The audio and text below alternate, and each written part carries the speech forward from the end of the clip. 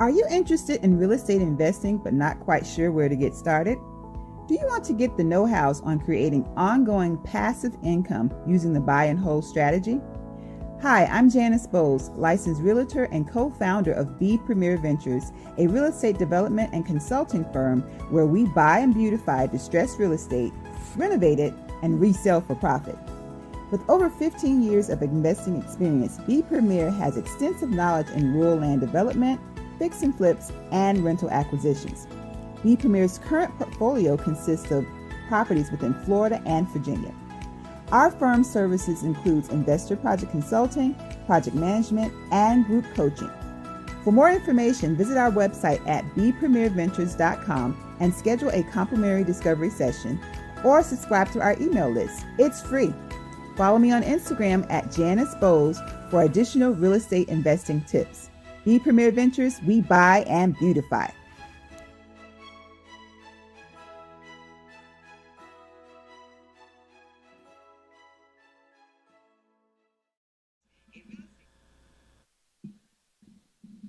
You counting me? Hey everybody, welcome to today's episode of Let's Do It Talk Show. It's your girl, Ladrine Howard Peterson, the CEO and founder of Do It, delivering on ideas and thoughts. And you know what I do in a nutshell, right? I help to turn dreamers into doers. And I do it from two aspects. I do it from the aspect of career development, resume writing, interview preparation. You have an issue on your job, or if you're looking to change jobs, I am your girl. And then I also do it from a business aspect. If you're looking to expand your marketing strategy, if you have some ideas and thoughts and don't know how to bring them into fruition, I am your girl. Here on the Let's Do It Talk Show, we were primarily created for entrepreneurs, right? Quickly, we realized that the entrepreneur was an entire person.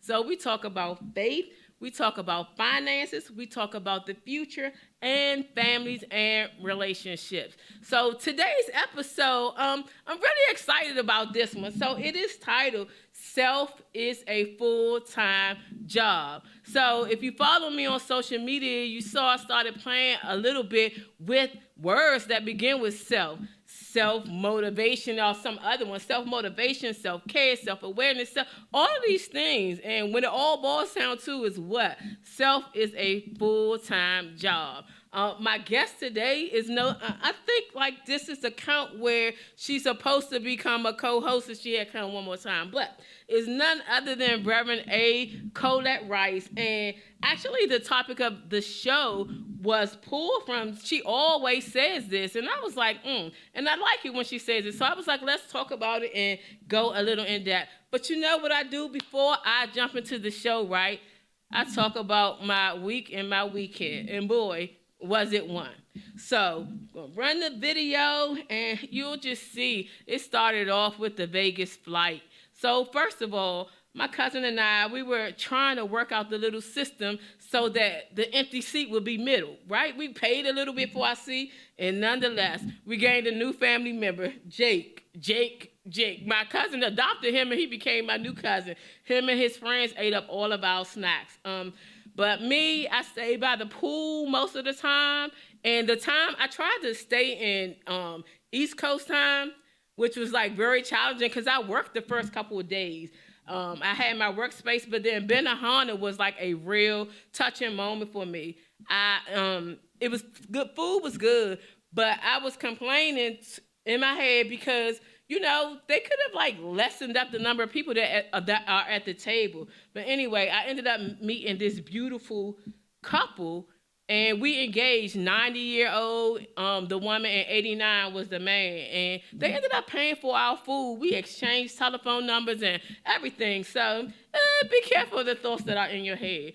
And then everything else, so we took over the owner's lounge. So it was at one of the resorts where I have a timeshare. And then the highlight, the Anita Baker show. Oh my goodness. So she still has it. Her voice is just, immaculate. And she sang some of the songs that she couldn't sing before because of legal reasons. So that made this show just extra special for me. And she still got her moves, even though she's getting a little older. Y'all know that little Anita Baker sway, that little Anita Baker swing thing with the movement of the dress. She still has that. So I thoroughly enjoyed the show. The whole confetti thing, everything was just wonderful. And her drama, amazing. Every time I go to a resort, I run into Jesus. Jesus. Oh, it's always someone working there named Jesus. And that other picture was just of the uniqueness that Vegas does for cleaning the hands. And then on the way back home, enjoyed it. We tried to do the sea thing again. We thought we were there for a moment, and then the last person walked on the plane. They sat in between us. So, yeah, that was my week and my weekend. So, I rested up yesterday. I was tired, like TIRED, all capital letters. But I rested up yesterday, and we all right. So, Reverend Rice, you ready? Before you go into the show for the day, tell me what your favorite Anita Baker song is. Oh my God! Why would you even? Your one favorite. If there was one favorite, it would be no. That's not fair. One favorite off of each album. One. So I'm just gonna go. I can't. One. I'll answer it later. I can't. I promise you I'll answer it later. No, I'll answer it later. I can't. That's hard, Reverend Rice. That's hard. That's hard. Mine is Been my so angel. long. Sweet love. That's hard. Caught up in the rapture. Sweet love. All of those, they all represent different phases of my life. Like that's really, really I still hard. go with my angel. Even if I had to go down the list, I think that's my favorite.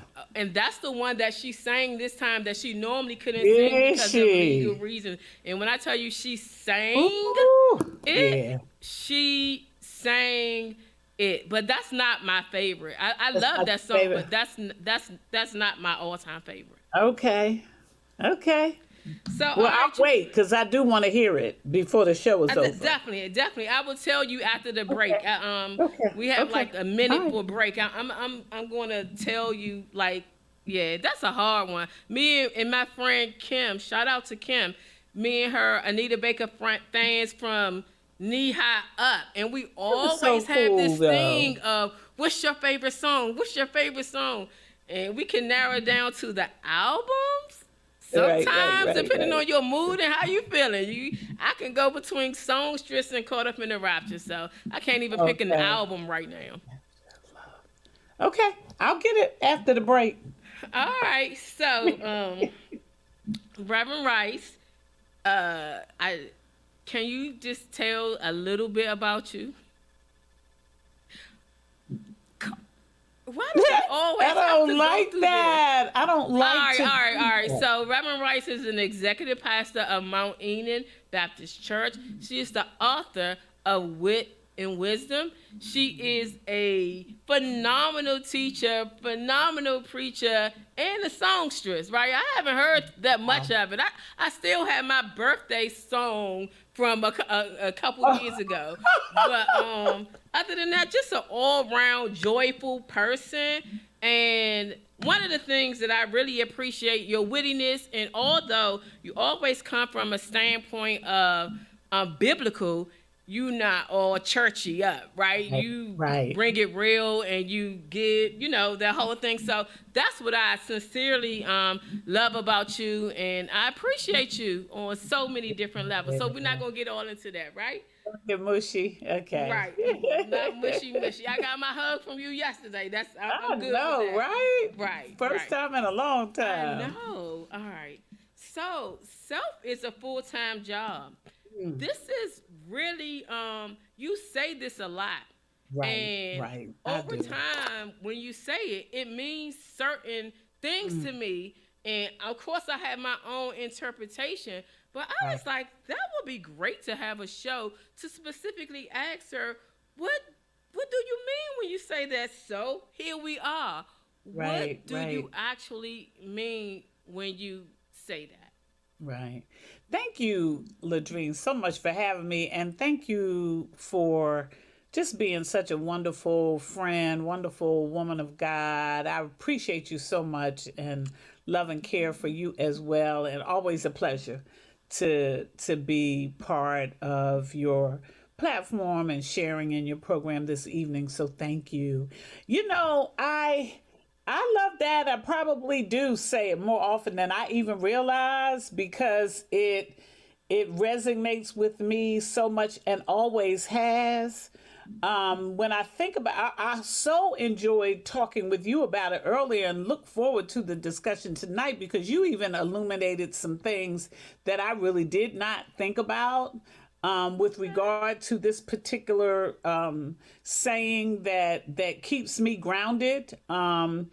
Oftentimes, I think as individuals, we do a lot of deflecting, and so when I think about saying, the first thing that comes to my mind when I say self is a full time job, it's to recenter us and to ground us and to keep us from veering off, going down rabbit trails about whatever may be going on around us that would cause us to steal away, to move away from really considering that own self, right?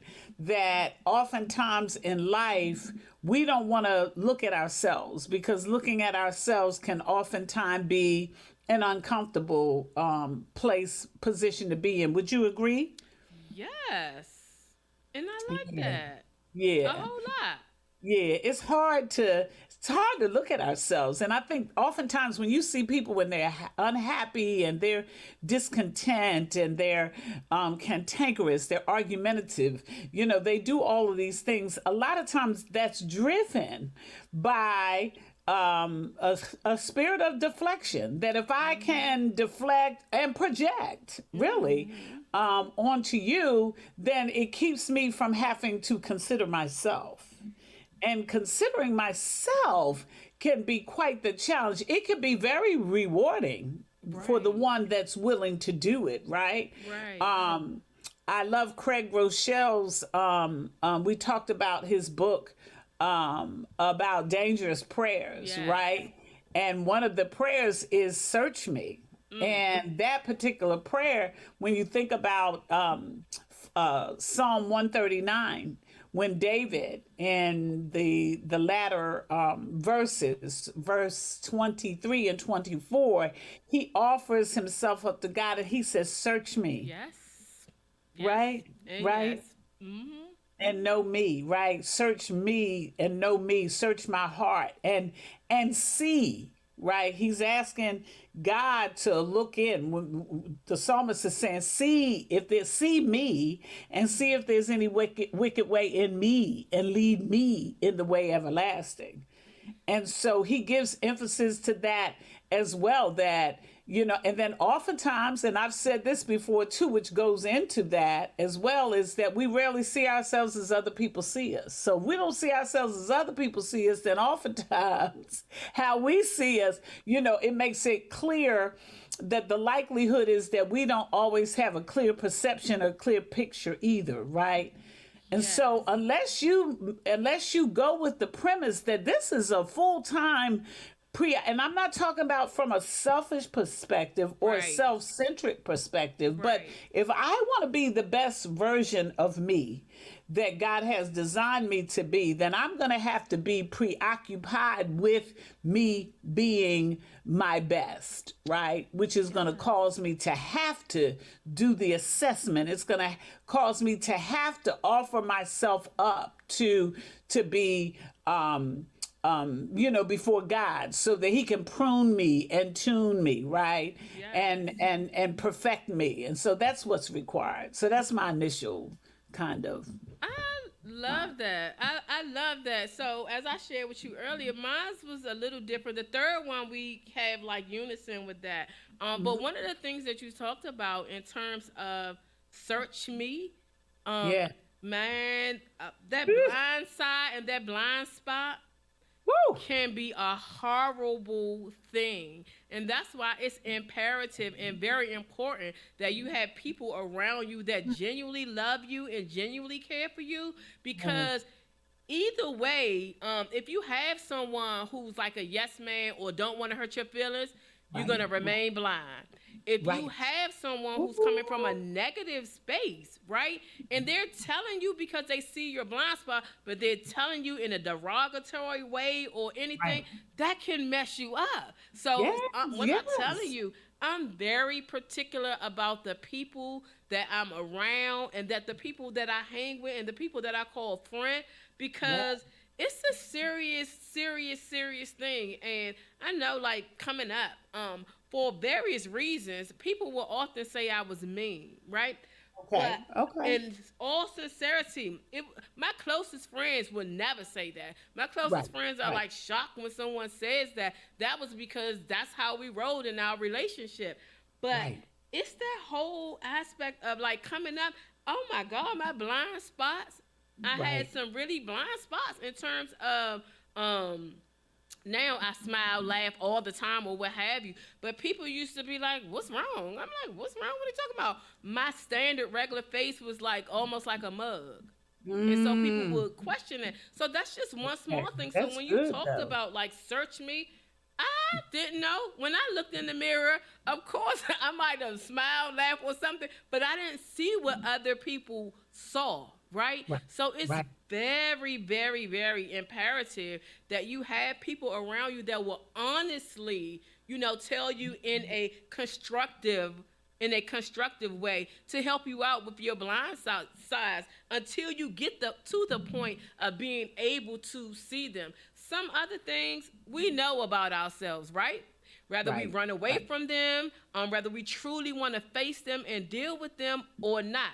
Some of the things we know about ourselves, and some we honestly, sincerely don't know. Some people have like different things, whether it be their disposition and nobody really wants to be around them, and they have that thing of this is how I am and this is how I'm going to be. They don't see the ugliness of it. They don't see how ugly like it looks in all sincerity. So I love when you said that because I didn't think of it from that facet. And as we talked about, it has so many facets. And every time you have said it, I have thought about it from a different angle. It's almost like, you know how you go to school and you learn and you add on and add on and add on? I have had I feel like a progression of understanding or in-depthness every time that you have said that. I mean, you say it a lot on numerous occasions, but I love to hear it. So it's interesting, right? And I get that, and it's okay. I mean, I kind of sometimes the most simplest things aren't always the easiest, right? They can seem simple, right? You say, okay, well, what do you mean? Self is a full-time job, but at the end of the day, I think for the most part, especially people that we know and love, I mean, in our younger days, you might have heard that, what you see is what you get. We always had that kind of, attitude about it. And what, me, what?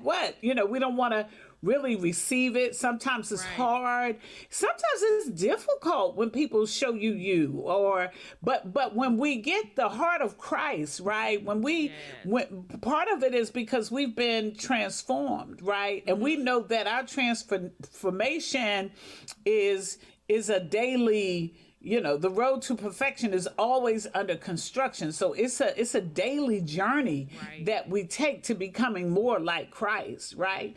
And we say, like I said, if you see anything that shine a light in heaven on my soul, if you find anything that shouldn't be, take it out. And we really desire that because we want to be more like Christ. We want to be followers of him, right? And as disciples, we know that there's certain, characteristics a certain fruit. There's all of these things, right, that come with that.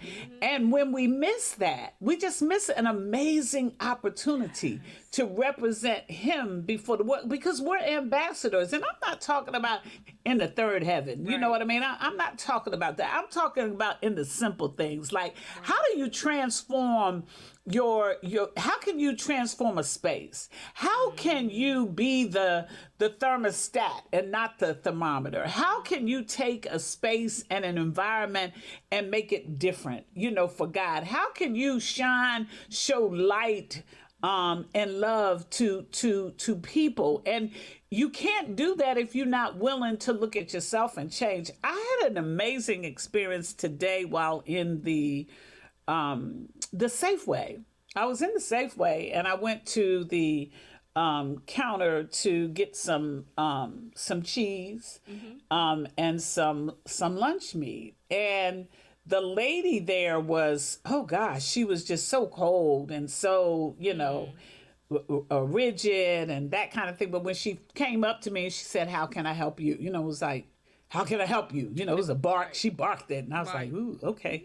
It's pretty chilly." And so I said, "Can I have some American cheese?" I was just like, "Give my cheese. I'm good." Ordered the cheese. So when she came back with the cheese, I said, "And there's 2 more things that I want." And when I said that, she threw herself up on the counter like, "Are you kidding me?" You want 2 more things?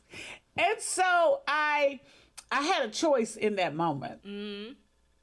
Well, I had a couple of choices. I could have just ignored it like I did her energy initially. Right. I could have responded in kind, or I could have tried to transform the space and the energy.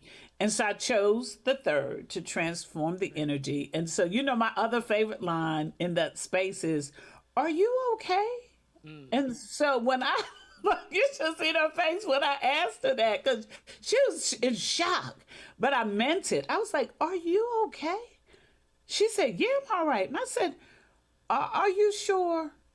Are you sure there's nothing troubling you? I said, "Are you having a bad day?" And when I said that, it took her.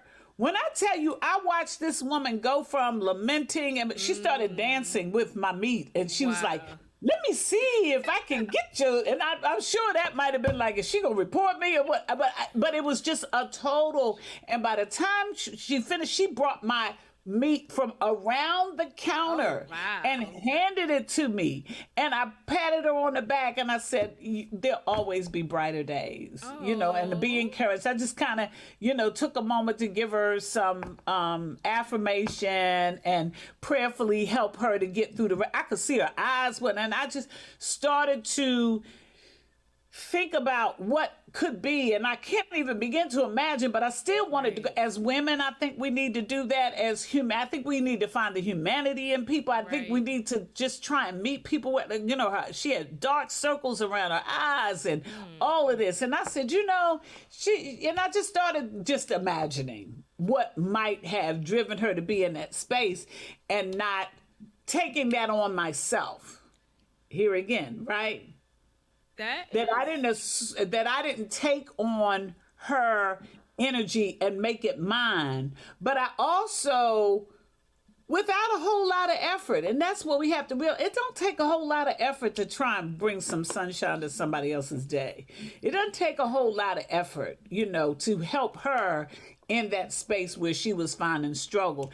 And so I say all that to say, if we concentrate on ourselves, if we concentrate on this amazing vessel, that God has made us vessels, conduits. He's made us ambassadors, and if we just choose to be light and love, what I mean? And so in order to do that, we have to almost evaluate every and I'm not saying nitpick it or whatever, but you gotta sit in it. Like when it happens, you gotta ask yourself, okay, what's going on with you right now? If you snapping, if you rejecting, if you criticizing, you getting play, you overcritical. Oh, this is too cold. Oh, this is too hot. Oh, this is too tough. You know, if we get too much in the flesh, all of these things, we just have to stop and ask, like you would even a kid when they start acting, okay, what's going on? Like I noticed with my niece, she'll ask little Sage when she starts acting out and can't fully express, you know, whatever, what's going on with you right now? Use your words. You know, she'll say all these things to her and it brings it out, you know, and then you find out, okay, is she dry? Is she wet? Is she cold? Is she uncomfortable? Is she tired? Right. You process all that. We need to do that with ourselves as well. Yes. All right, so you said a whole bunch, right? I know. Let me go. Okay, so let me go back. It's 2 points that I wanted to make. Okay. One, in terms of we ourselves, we never know what someone may be going through in a given day, right? That's good. That's we good. never know what someone may be going through.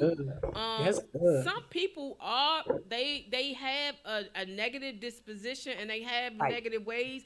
Right. We cannot like fully, totally control them, but like you said, Right. we can control that space. And I think that that was like very important. We are responsible for ourselves. We can Right. control Right. ourselves. And when you laid out the 3 options, those were very good, and people need to really understand that.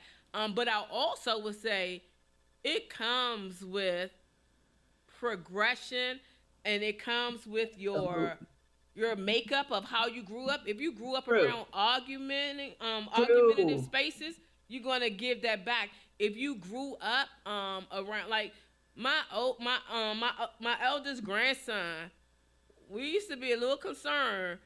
He went to Montessori school all throughout life coming up, and he was just too nice, and you know, and we were like, hold on. He would always be like, no, that's okay.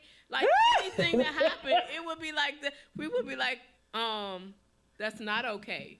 So it was like the balancing of his school and what they taught, like versus us. And I mean, you can have a thin line. It's our background, but he like was like, you cannot hit back. Right. And I'm like, talk to me a little bit more, like you know. So it's that type of thing, because I mean, just transparent. We were raised to hit back and To defend yourself. It takes you into like different levels in terms of how things go.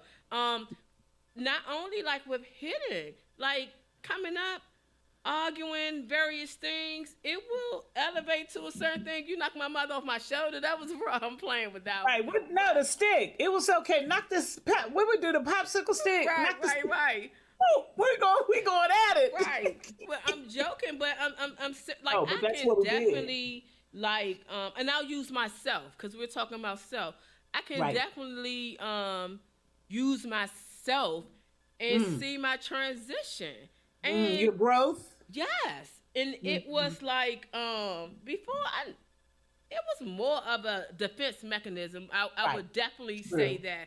And then when you get your environment really impacts you. It does. And so many things. It's some and one of the things I don't know whether it's you or whether it's Dr. Stacy, but one of y'all used to always say, we are the sum total of our experiences. So whatever, I started picking it up, and that makes like so much sense to me. And talking about other people in their spaces, it helps me to relate with other people. But before you can get to the point of relating, communicating with other people in a positive way, in a well way, in an understanding, you gotta worry about yourself and you gotta understand yourself. That's a problem. I think a lot of people don't take the time to truly understand themselves. And when there is a trigger or something, find ways to moderate it, or make sure that you're not in those situations. And if you are, remove yourself from that situation. Like, I know my triggers. And Right. I try to avoid those or to be away from those. So, But that's self control. So yes. that's self control. And realistically, we talked about that the other day. We sat around the table just yesterday and talked about this whole thing you're talking about triggers, right? And we're in where the societal norm has totally gone away from civility, right? We don't have when we had fair fights, remember, we used to call it, can't get along, get a fair one going. Did y'all remember that when y'all were young? No, some of In your Philly, stuff a little bit. in Philly, the saying was, if you can't get along, get a fair one going. Okay. Right? So you were going to fight fair, though. That was always the key, that we were taught even to fight it out. Even then we were taught to fight, but to fight fair. And the truth of the matter is that nobody's fighting fair anymore. And not only that, and there was it was just like in the ring when you have professional fighting. There's rules to the game. Right. There's certain, there's rounds. If something goes too low, you don't go below the bell. Right. If somebody's under and they're too far down, the ref, calls a hold. All of that. That doesn't happen anymore. And so what you find is that people are leaving home and they're not coming back. And you either are going to jail or you going to the grave. So it's a whole different, space. So and that's just that one piece of it. When you talked about being able to figure out your triggers and to manage that, you know what I mean? To be able to say, you know what, I'm tired, I'm irritable, I'm, whatever it is that's going to cause you to make a move that is not going to honor yourself, where you're not going to honor yourself. Like, we're so quick to say things like, don't make me lay my religion down, don't take me somewhere where I'm not. And then we saw the fight with the United Airlines and the former NFL player that's viral all day today. You haven't seen that? No, I'll Oh my God. No, I watch stuff. Viral all day long, but they had it out in the Newark Liberty Airport. And I mean, they went to blows, and the airline guy is going back and forth with this other guy. He gets knocked out. It was a TKO. I mean, he did get back up, but boy, he got up wobbling. He got up wobbling. Okay, let me stop because it's not funny. But then they went on to say that the NFL guy is the one who got arrested and for assaulting, and this guy smacked him straightway in his face. The United Airlines attendant did. So my point is, do you want to risk jail? Do you want to risk prison? Do you want to risk all of these things that are at stake? And you say you stop. Consider yourself, right? And that's the counsel of Scripture, that we don't have the luxury, right? Which is why we have to evaluate, because you don't have the luxury to stay wherever you are just because you're in that place. This is who I am. Well, no, because you're you're supposed to be in the process of being transformed. And so this is what being a full-time job is all about, that you are preoccupied with seeking after showing up as your best self. Yeah, are we going to miss the mark sometime? Yeah. Are we not going, well, we going to have bad days? We all have bad days. Right. We all have, and I would say to your friends, like you said, people around you, that not only we honor you enough to let you know when you're not showing up as your best self, but also to allow you the space. You talked about being with trusted people. And I think when you trust people, part of having a good relationship is allowing people to be themselves in a particular space and time, right? Yeah. So if I'm having a bad day, I need to honor that. If you're having a bad day, I need to honor that in you and say, hey, Ladrine, why don't you go get some rest, and we'll talk later. Yeah. You know how people persist in having, this is for anybody out here who's in relationships and whatever, and y'all feel like you got to have your say. Right. And we're not leaving the room until I get this off my chest and all of that. Understanding when self is a full-time job is making the best decisions right, that are going to impact the atmosphere as well. And that does mean saying, okay, you know what, I'll give you a moment. Knowing when to stand down, even when you know you're right. You ain't got to die on every hill. Yes, yes, yes, yes, yes, yes, Right? yes, yes. So when you talked about self-control, that's another huge one, right? And when you were talking about situations and playing fair, so here's one thing that's like, it was like a tough lesson for me, but I'm good with it. Okay. All right. So let's just say life is a game, right? You have rules to it. Right. Okay. Some people break the rules. Right. And if you're trying to win the game and somebody breaking the rules to cheat to go along, you have a decision to make. You do. Either going to cheat to make up and try to win, or either you're going to stay true to yourself. Right. That right there, it was a serious learning lesson. So I've never been a follower. I've never had to deal with any. Well, I'm not gonna say any, but for the most part, I was good. I was able to manage peer pressure. They would know. I'd be like, "Y'all going to smoke? Y'all going to do that? Peace. Let me go ahead in the house and do something else." And it was just, it was like for various reasons. Mine wasn't like I was the boring kid. It was like I have asthma. If I go with y'all and smoke, I'm not going to be able to breathe. Somebody going to have to bring me back. So various reasons in doing that. And then as I became grown, and let's take it to the workplace. And this is something that I have in my book, my upcoming book. It, like for me, very ethical. And you know, the federal government is what it is. I ain't talking about nobody, ain't saying nothing, but the federal government is what it is. You can find yourself in spaces of trying to cut through or trying to do whatever. Like me, my ethics was like hard. And also I was in HR policies and so on and so forth. I wasn't favorable at a lot of times because I was staying my ground with being ethical. And I mean, it would be groups of people at a high level, and I would be like, you know, like, I don't care. This is what's right and this is what's wrong. I will show my documentation.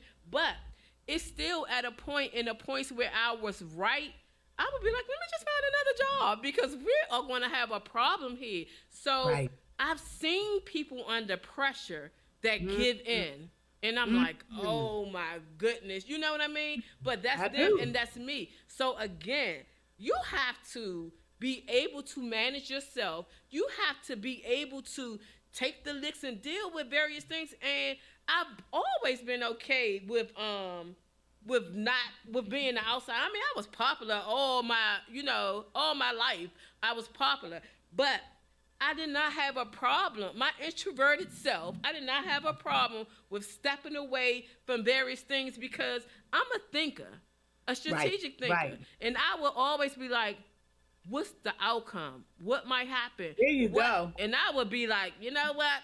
It's not even worth it. It's not even worth it. So I've gotten much better. Like now, and it's, because at first it used to sound bad. Like when I'd be like, I don't really care about what people think. And it's not like I don't want people just talking about me. It's not like that type of thing. But if you're not a people pleaser, that's you far ahead in the game when you're not, because there's a lot of people that struggle with that, Ladrine. There's a lot of people that struggle more with what people think about them than what God thinks about them. There's a lot of people that really don't know how to process those spaces. And let's be real. If you are of a certain personality type, right, it's hard to walk away when walking away means you're alone. And so I would say to anybody that if you aspire to greatness and success and all of that, you're going to have to learn that. And that old saying, it's lonely at the top, that is really so, so true. And you're going to have to be comfortable with self. Yes. You know what I'm saying? No, you're going to have to be comfortable with self. You're going to have to be, okay, you're going to have to prioritize it. Do you know how many people are down in prison and, in a bad way right now because they allowed somebody else, their preoccupation with somebody else versus whether it was, I don't know if you remember the TV1 show For My Man. Do Yes, you yes, remember? yes. Yeah, man, I saw all them little sisters who were tight, sharp, good jobs, had so much going for them, and they, for their man, they lost themselves, right? And many of them, I mean, in prison for years, I mean, breaking the law, doing like mad, crazy stuff, and some even losing their lives, right? Because they gave priority to somebody else rather than self. Yeah, unfortunately, I know too many people who have, like, really people who have been in that situation from growing up and coming up and messing with hustlers, drug dealers, and all of that type of thing. So crazy. Let's do this. Let's go to commercial really quick. It's just a 1 minute commercial. We switched it up a little bit, and let's come back on the other side. And you talked about you led into like who God wants us to be in the terms of self. So let's kind of switch gears and talk about that as we wind down the closeout. So we're gonna go to quick commercial, and Sounds then good. we'll be right back. All right.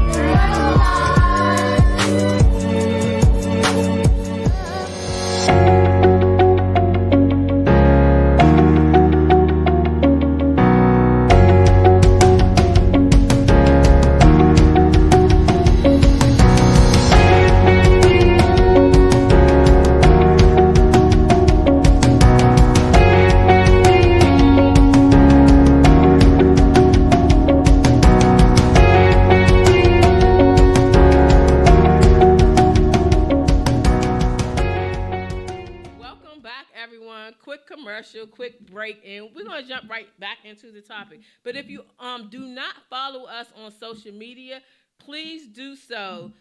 Let's do a talk show on all platforms. That's our Instagram, our Facebook group, as well as our YouTube channel. Make sure you follow us and keep up with the shows and watch the replays if you miss any of them.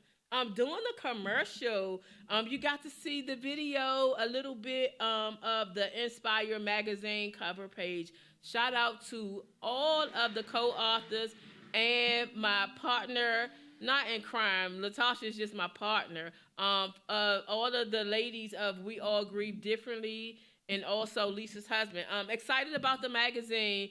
And I just want to give a shout out to Tamala Coleman, who is the editor-in-chief. We were supposed to have half pages for the authors, and she just took everything, expanded it out because she wanted to take a moment and really show light on grief and healing and the various things that that people go through. So the magazine ended up being a takeover on full pages for each of the authors who elected to do so. And you'll find Latasha and I interviewing there in terms of how we got the project started. So really excited about that. Can't wait to have that laid out on my coffee table. I got a couple other magazines that I'm gonna be shifting out and replacing.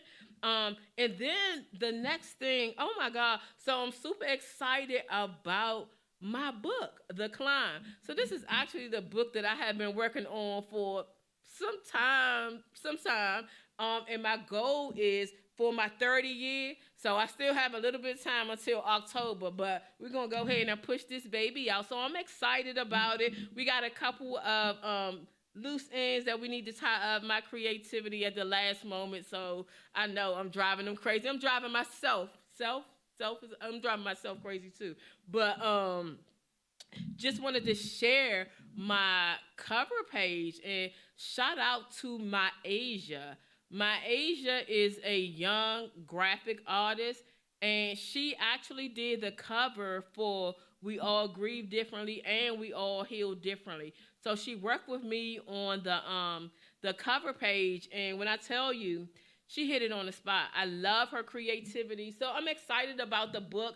It's basically 30 years, and it's 30 tips, 30 points, along with stories of like what I actually experienced and what I went through. So it'll be interesting to see like my little climb up the ladder. Everything wasn't easy, but I'll tell you, I had a smooth climb, and I wouldn't change any of my experiences for anything at all. So I will be sharing that information on June the 6th and doing a little something in terms of a virtual something with that. So make sure you stay tuned for that. So thanks to everyone who is online watching. I know I saw Minister Andre. I can't tell who the other people are, but thanks everyone. So Reverend Rice, ready?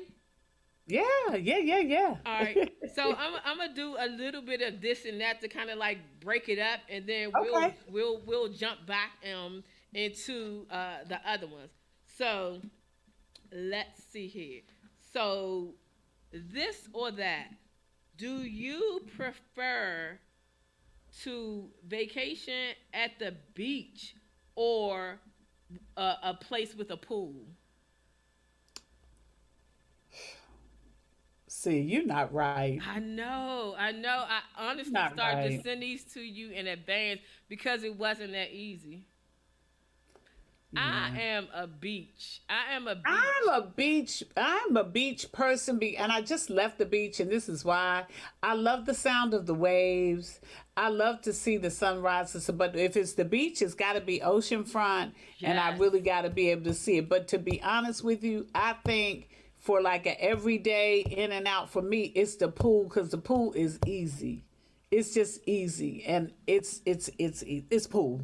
Yeah, I mean, I take it out every day was pool for me this Pool week. I for would be me. like, let me go to the pool. Even So, when you're at the beach. So hey, it's pool. but it's something like you said with the beach, the Ooh, sound of the sound. waves, Ooh. and when I love to watch the sunset over the water, Yeah. that Yeah. gives I'm gonna me a send you some level of pictures. peace, serene. Yeah. Yes, do that. And I always have to, like, I'm paying to see. I need to see the ocean. Right, I have right. to see the ocean. So I that's a gotta good see one. those. I don't want no side view. I don't want no partial view. I don't want to have to bend over and look around and dip down Right, in order right. to see it. I want it to be in my face. So I'm just gonna ask one more. I'm gonna cut it down because Okay. it's supposed to be this or that, but you know how we go. 'Cause So you the don't- next one is you don't early morning share. riser or late night owl. Say it again. Are you an early morning riser Early morning. or late? Hey. Okay. Hey. And I transition, right? I used to be a late night owl up all night. I'm in the Really? bed by You 9:30. Like it's Oh, not even a yeah. game. It's not It's past my even. bedtime. No. What you say? I got ready to say it's past my bedtime already, but really it's not. You But I'm play- early. I love the early morning. Yeah. I wake up. I start work at 6 or 6:30, depending on Yeah. like how our day goes. So all right, Easy. cool. Okay. So let's jump back into the topic. And when we left out, we were talking about from a biblical standpoint and what God wants us to, how Yeah. God wants us to be, and how He created us. So I'm Yeah. gonna let you go. You go because What- over the past not really 2 years, it's been like really more than that. Like my relationship with God has just like build on and build on and build on, and just being able to see like all that He affords us has been like overly amazing and eye-opening, and I just cannot like stop. Like, go ahead, because we're gonna go into a whole different story. But my No. space right now, oh my Yeah. God, it's just like glorious. Despite all that I've been through, my space right now is just like, that's my man, God and Jesus. Gratitude. Yes, Yeah, yes. it's gratitude, and I think gratitude has goes a long way. And even when we talk about this whole issue of self too, I mean, it's so much that we could really talk about because there's also a requirement of humility, right? Because it requires, we ain't even really get into that, but it requires us to be extremely surrendered, submissive, and humble before God in order for the fullness of of what needs to come out. You know what I mean? To be revealed, because you heard that saying before, if it's in you, what's in you is going to come out. Right. And there have been times, we've done some things that I know, I don't know about you, but I shocked myself in the moment. I was like, oh my God, like, ooh, that's in me, right? And when it comes out, you're really, you shock yourself, because oftentimes we trick ourselves in Christendom into believing that now that we're in Christ, yes, we're a new creature. All things have passed away, all things become new, but all things are being made new, right? So we are in the process of sanctification. We're in the process of being set apart, but we have not arrived by no stretch of the imagination. I was listening the other day, Avery Sunshine celebrated a birthday, and Grown Folk Music on IG, I follow Grown Folk Music, and they played excerpts from her song, The Ugly Part of Me. Have you ever listened to that? I haven't.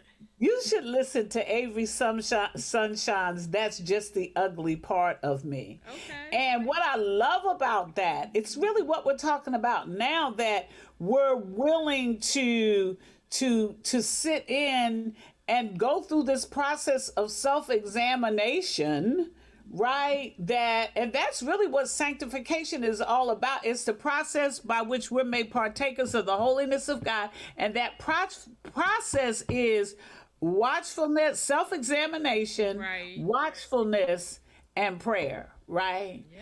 And so in Matthew 7:3, the question is asked, why do you see the speck in your neighbor's eye, but do not notice the log in your own eye? Right. So look, I gotta just like cut in right there. Go.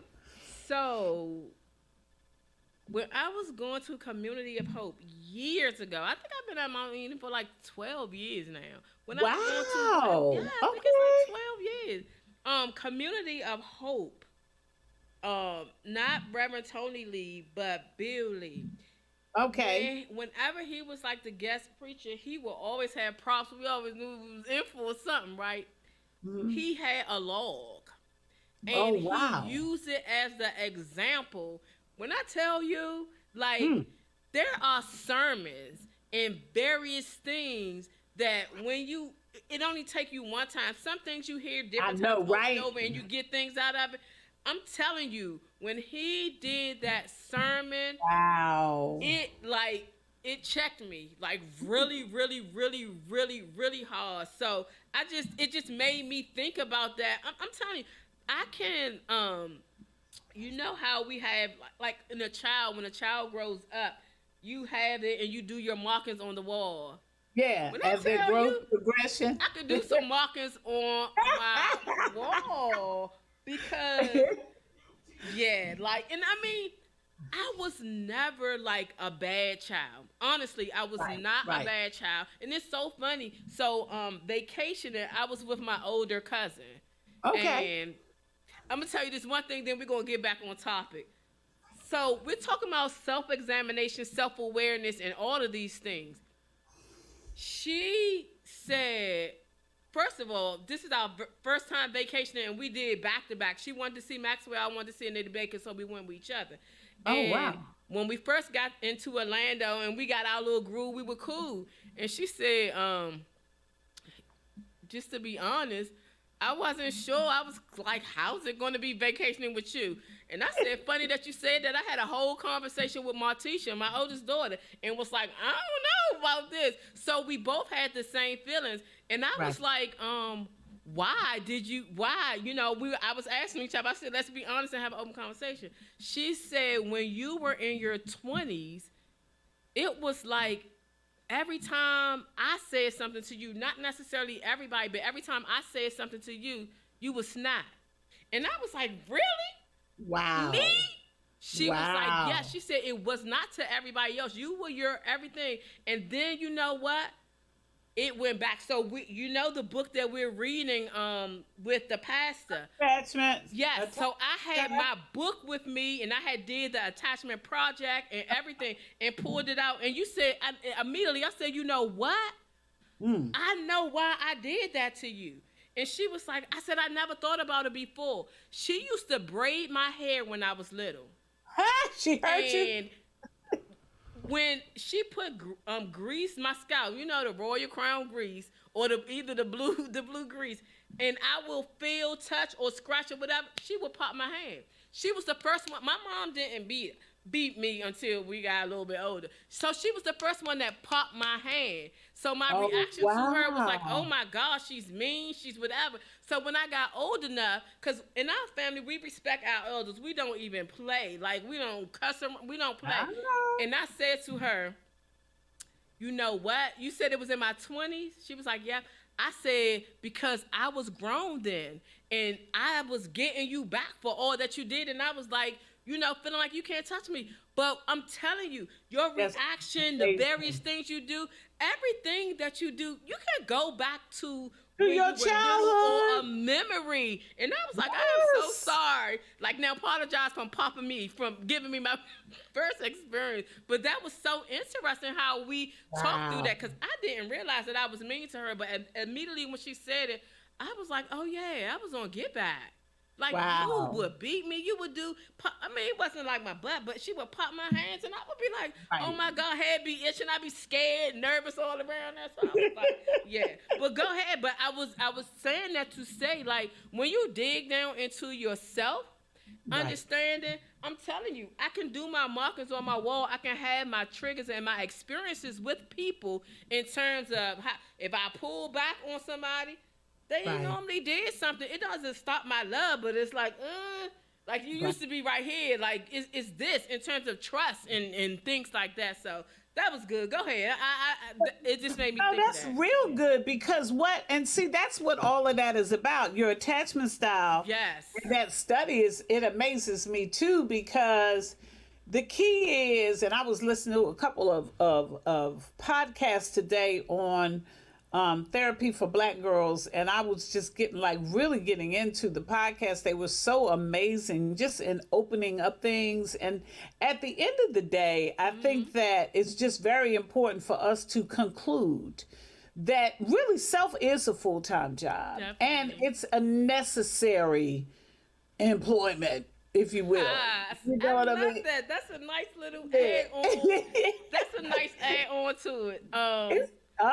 It's a nice add. So I'm HR, right? Love HR. And it was so funny when I had sent you some other stuff. You was like, I follow that, but what about that? My mind went totally like HR, full-time, part-time employees. You're a full-time employee, federal government, they pay for a certain amount. If you go beyond, I went beyond part-time for one pay period. I know. Quickly, I was like, oh no, you pay so much. So it's the same thing, and I related to like God, right? Do you want to work at this full-time or part-time? If you work at it full-time, you're going to get everything that's promised to you. If you do a part-time, you're going to dibble and dab, get your little toe a little wet, but you will never truly experience it until you like fully surrender, right? So you invested. Yes. You invested, right? Come on, HR. Yeah. I got you. I got you. No, that's good. That's good.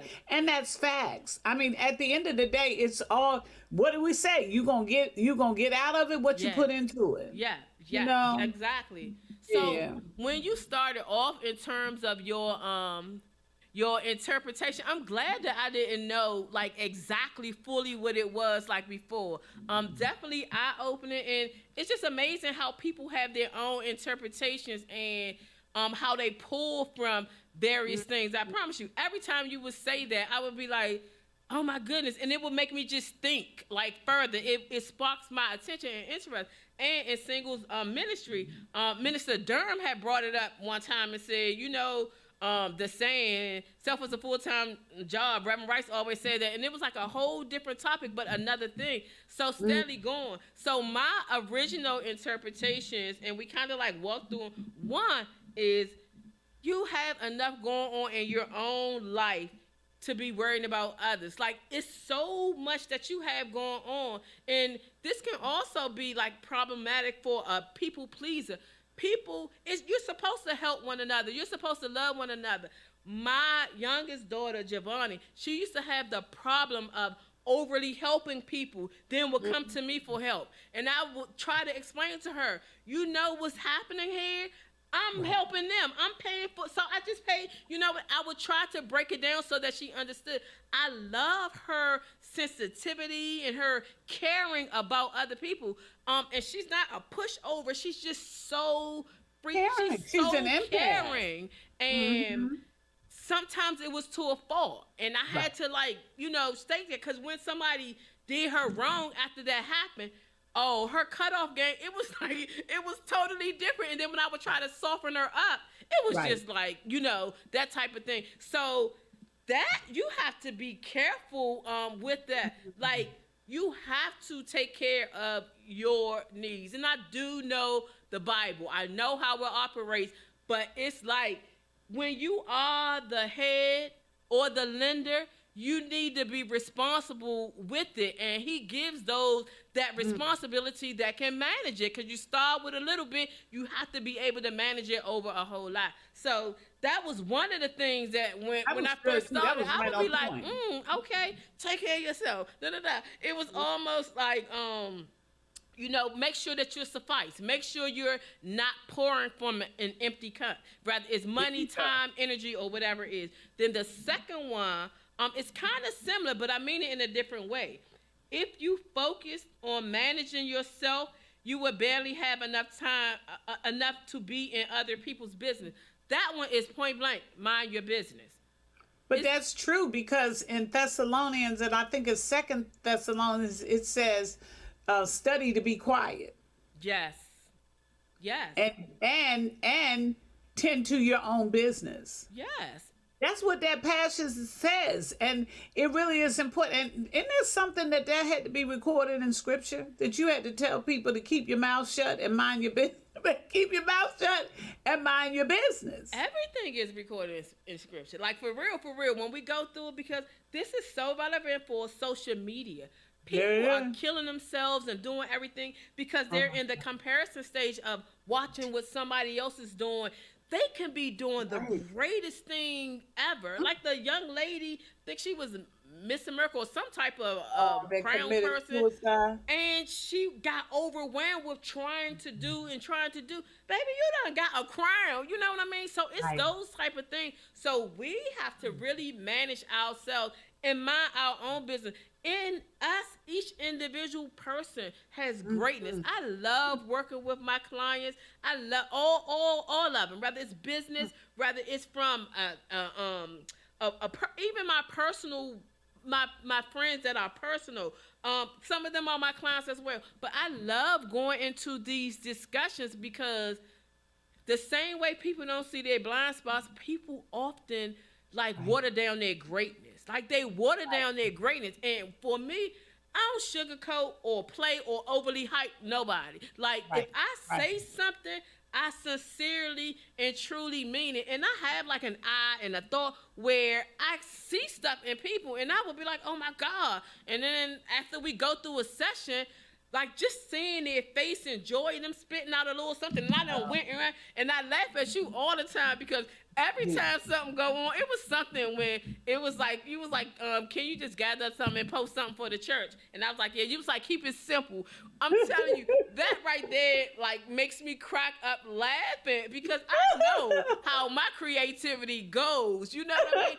I know how my creativity goes. And you was like, when you came back and was like, keep it simple, it was hilarious. But the one thing is, it did, like, stop my little creativity. What I did was so plain, and I looked at it like, that's so dry. Like, yes, like, oh my God. So it's just the variations of staying in your lane, being true to self, but also, I mean, I respect you as pastor, you know, as my executive pastor as well. And I was like, she said, make it plain. Like, let me write this little vision and make it plain. You know, plain. But yeah, but it's just the whole thing in terms of how things goes. But yeah, like, I hear you in the back of my mind. So I mean, not that because you're into creativity and all like different stuff, but like it's just that sometimes you just be like, man, just do this, just do it. Just That's funny to me because you know that ain't my lane. Like I don't operate well in just like plain little stuff. It's a challenge for me, but it's also humility, control, and all of those other things because you're gonna have times when you have to do that. So just throwing that out there. But go ahead. What was I saying? Oh, my last one, and we can close out with this one. My last one was growing, developing, and becoming all that God has created you to be. Is a continuous work in progress. You have to work at it full time to get closer to the mark. I'm telling you, man, like that's my whole little my space right now is just amazing. And it's crazy because you can, when I was traveling around the world, couldn't nobody tell me nothing. Like I'm so serious. Like I always had a level of humility. And even when I go, they would be like, this is Dream Peterson coming from da da da. And I'd be like, what? And sometimes every now and then when I come in, they would be like, where is so-so? And I'd be like, me. Because my height and everything. So that would like crack me up. But I have done and been in, so many different things.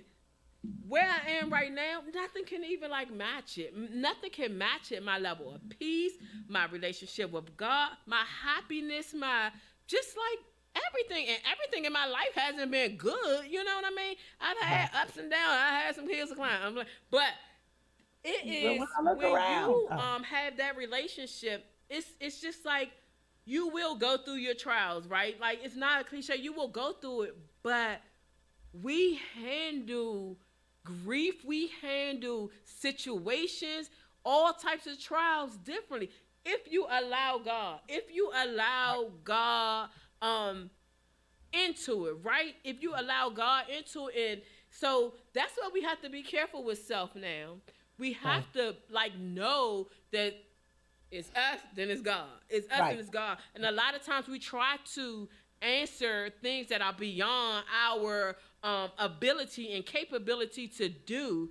Girl, I be calling on God, and they be like, it don't have to be a big old issue or a thing like that. Girl, you know how many hours of sleep I get now? I be like, God, just tell me. Sure. It could be in the morning or whatever. Just let me know how it goes. What you know about? Yeah. When I saw, I got so tickled. I'm gonna say two things. When I saw your notes, I was like, I can take a nap. Like I thought I was gonna have to work at it, but I mean those three, rubrics right there were really. It was the whole in a nutshell, and that's what I appreciate about your thoughtfulness and the way that you do view things. That God has given you a tremendous gift to be able to process, to be able to dissect. And at the end of the day, it's really what it's all about. It's about being fruitful.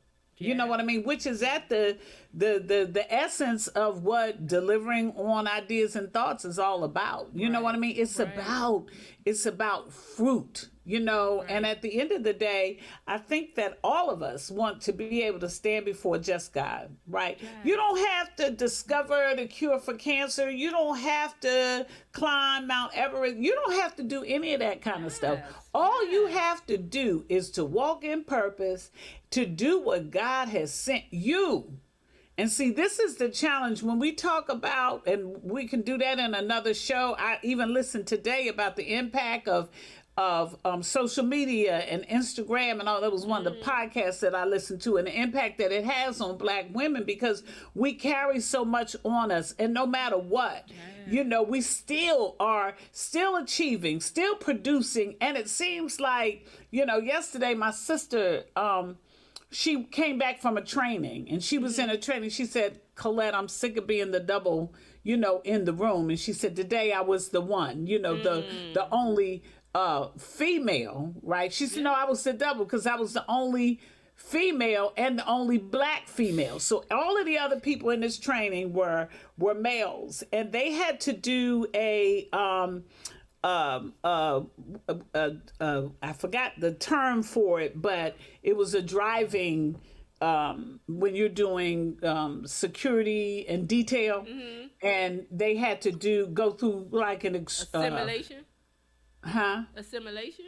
It was a simulation, right, of defense driving, really, really intense. So they had to back up, they had to pull up, they had to do sudden turns, they had to do spins, they had to do all of this kind of stuff. And she said, I said, what took you so long? And she said, I was determined to succeed, and I said, what happened? And she said, they promised $100 to the person who could beat last year's, Wow. last year's time. And she said she came up against, they started out with all 10 of them. They narrowed it down to 3. Then they narrowed it down to 2. She won, but it was by 1 point. So they were like, well, you want to go again? And she said, oh, I got to beat my own, I got to beat my own Right. Score again.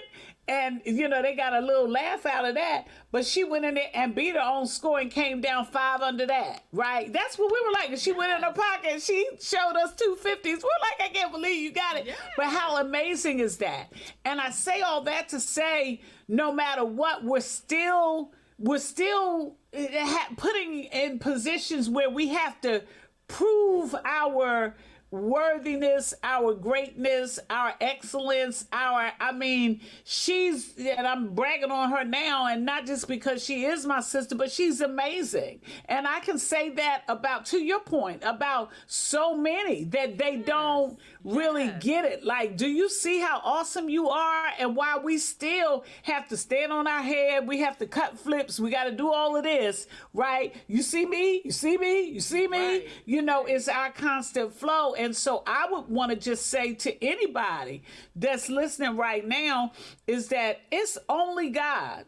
Yeah. You know what I mean? Amen. That is the one who sees, the one who knows, and the one who really cares.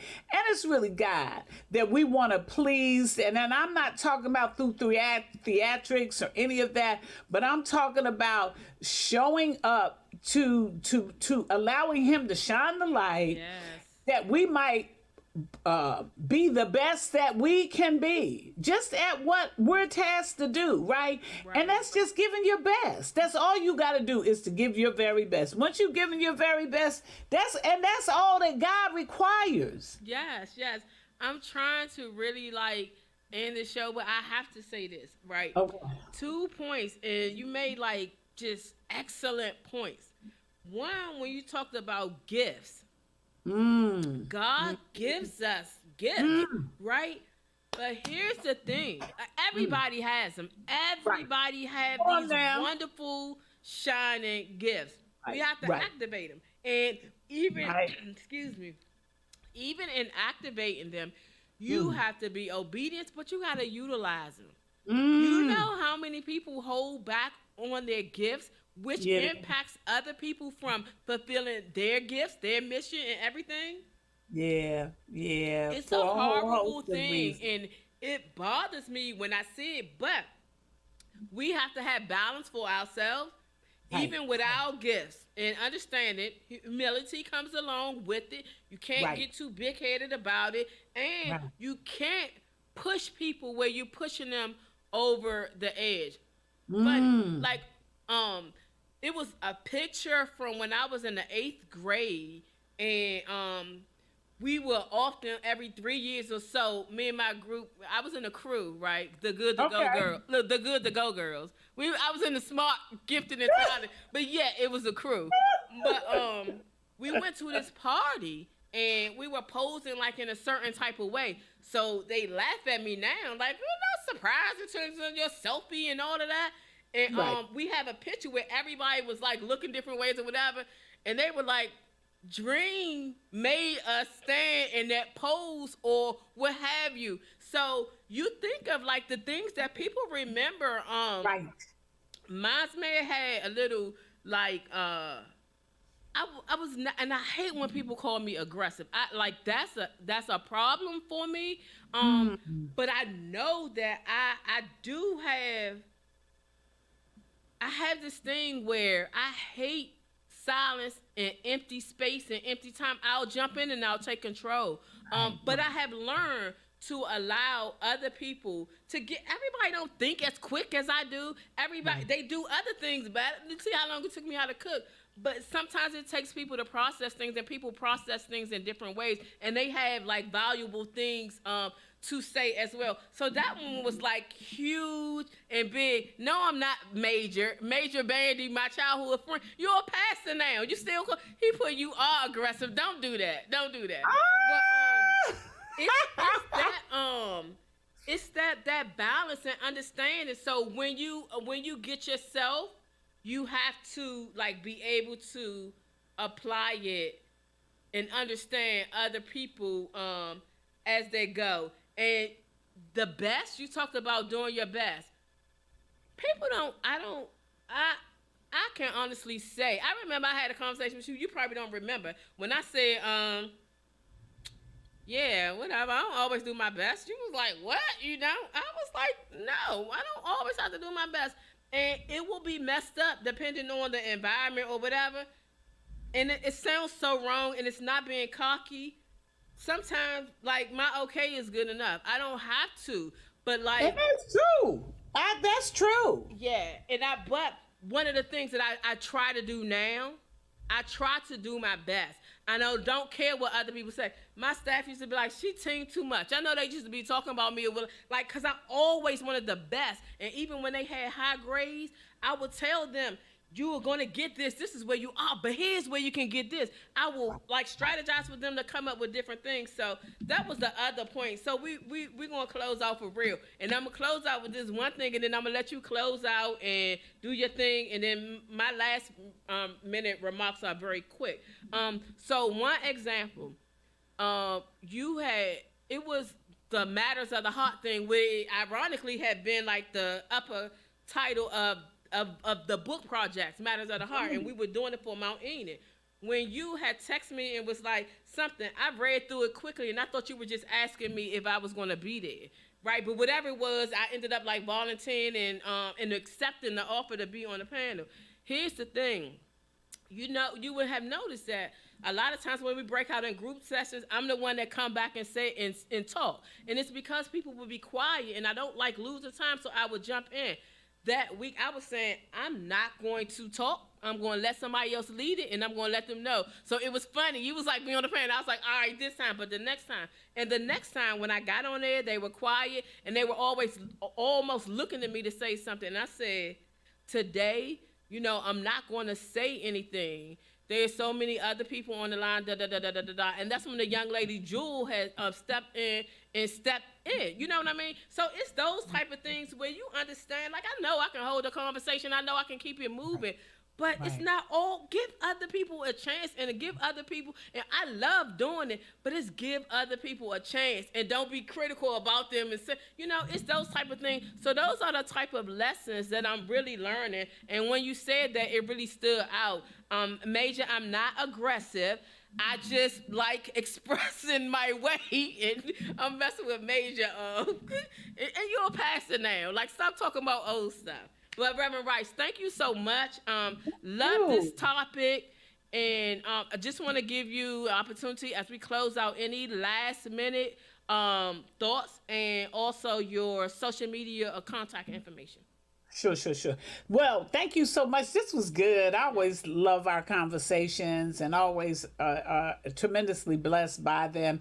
I just want everybody to be encouraged that, you know, God is going to meet us wherever we are. And that's the good part about it, is that he'll meet us wherever we are. And he loves us as we are. So when we talk about, you know, allowing him to use us to shine the light and to show us the more excellent way, right. That if we avail ourselves to that, God is able to do that so that he can get the fullness of the fruit from our lives. Thank you all for listening and for being a part of the discussion. I am on IG, Facebook, Colette Rice, and my website is that's with a CING, hisworks.com. And there it is. There you have it.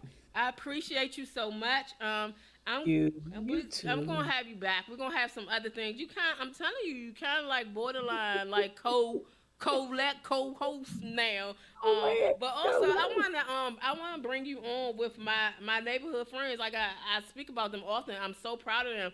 One is an ordained pastor, the other one is a Okay. minister. So just wanna bring it on, and so I can have you all together. The We'll love it. For real, don't comment. I just want to say this so I can turn to this camera, right?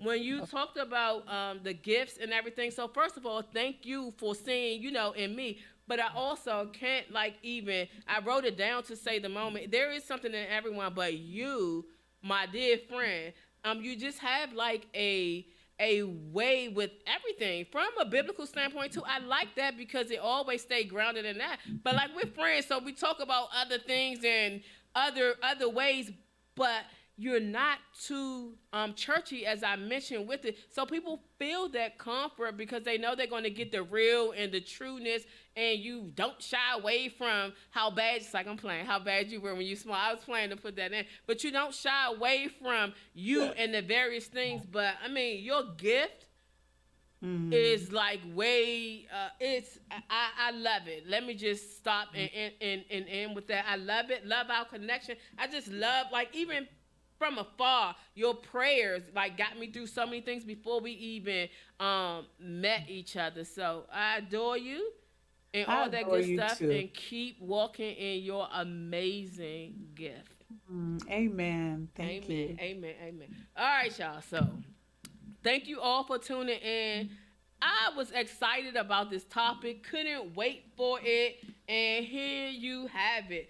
So coming up, we're gonna have on the show my virtual launch, and I gotta figure out how that's gonna go because I do plan to go away for my birthday. So we're gonna figure out how that works. But my book project is finally coming out. I'm so excited about that, and it's The Climb, and it's basically following the tips and the trials of successes of my 30-year climb.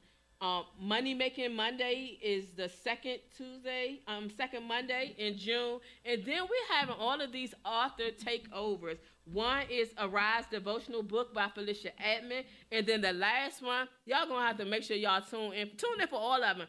But Benny Thornton, Family Business, The Gift and the Curse. Young man, family grew up surrounded by drugs. He made the decision to step away from all of that. And he talked about the curse and the gift and everything that he went through. When I tell y'all a powerful story, powerful book, I can relate to some of it. Not me, I didn't say drugs, but growing up around various things, I can picture like scenes of seeing it. So when we have him, I definitely gonna like do an extra promotion on that.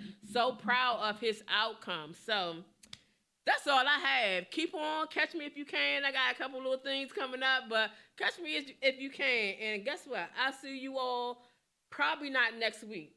We're going to do a replay for next week. It's the Memorial Holiday, but I'll see you all the next month.